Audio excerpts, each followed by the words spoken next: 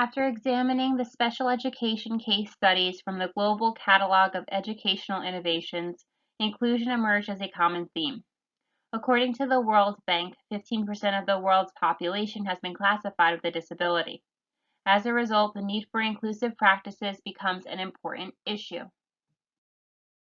However, there are some obstacles that individuals with disabilities face on a global scale, including locations and transportation systems that are physically inaccessible, the lack of assistive technology devices, barriers in communication, and stigma from society. The innovations covered in our descriptions page each has its own connection to inclusive practices, whether it's in society or in our education. Several of the innovations dealt with the idea of reducing societal stigma of having a disability by promoting awareness and advocacy.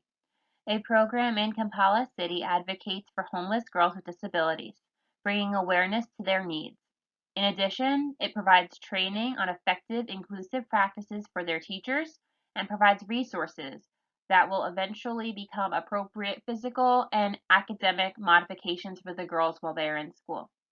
Innovator and fellow Carla Mausch advocated for inclusive learning practices because she believed segregating students causes a negative stigma.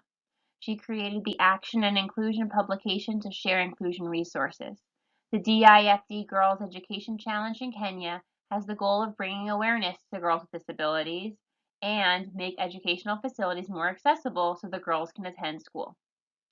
The Action Network for the Disabled, ANDI, in Kenya provides additional advocacy support and has the mission of mainstreaming individuals with disabilities into society.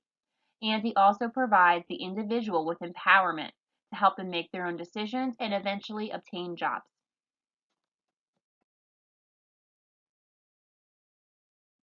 Empowerment was another theme under inclusion. The Ice Hearts program helps to build student confidence in their social skills through playing sports in a safe space.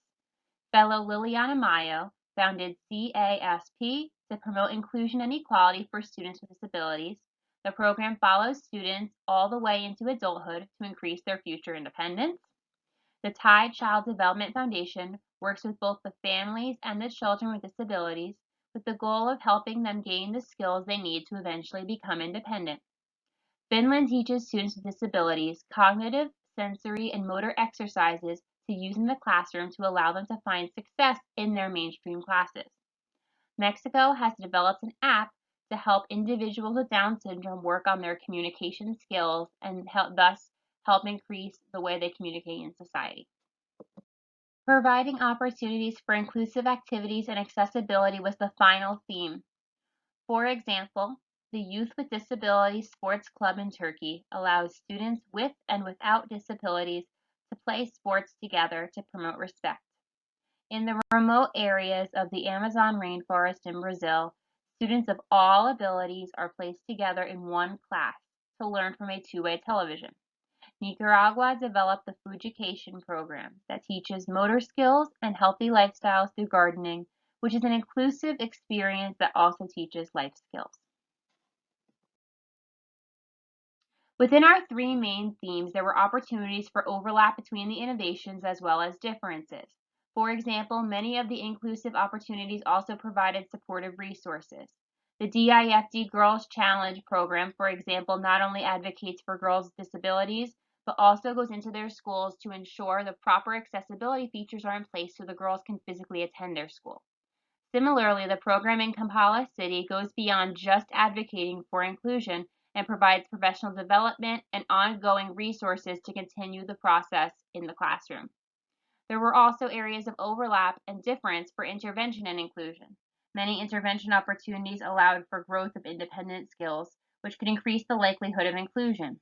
One exception is the Thai Child Development Foundation. While this program falls under the empowerment category as it promotes child independence, it keeps the child in the home instead of sending them to school. While this option offers more inclusion in terms of their community, as opposed to sending them to a faraway specialized school, the child does not get the same experience as attending their local school. Other early intervention innovations are also located either in the child's home or in a specialized center.